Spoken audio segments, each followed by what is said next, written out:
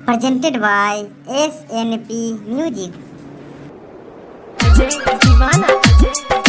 मलमल मलमल मलमल मलमल सुना ये हमर झगड़ू चाचा वो है ने बैठनी चलो है सुन खैनी चलीसा एकरे खैला से बदले दिशा लागे नहीं तनिको निशा रगड़ से बनेला बिगड़ल काम झूठो लोगवा करे बदनाम 80 चुटकी 90 तालो खैनी लगा के मुंह में डालो घर में केहू जाने न पाए ऐसन हम दतिया धैनी नया चूना लेके आईनी लहो बाबा बनाव खैनी।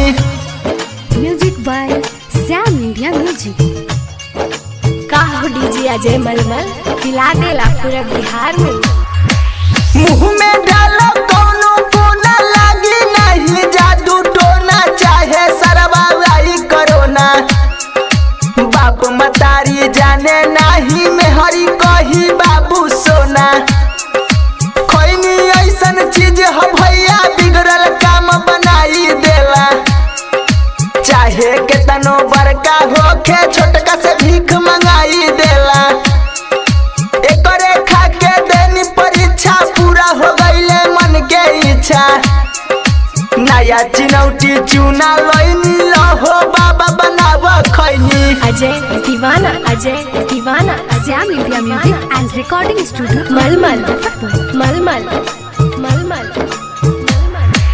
सुना ये हमर झगड़ू चाचा वो है ने बैठनी चलो है सुन खैनी चलीसा एकरे खैला से बदले दिशा लागे नहीं तनिको निशा श्याम लाल बदले बताई नितेश लाल से दले गवाई 80 चुटकी 90 तालो खैनी लगा के मुंह में डालो घर में केहू जाने न पाई ऐसन हम दतिया धैनी नया चिनौटी चूना लईनी लहो बाबा बनाव खैनी। Sam India music and recording studio Gurhani Muzaffar.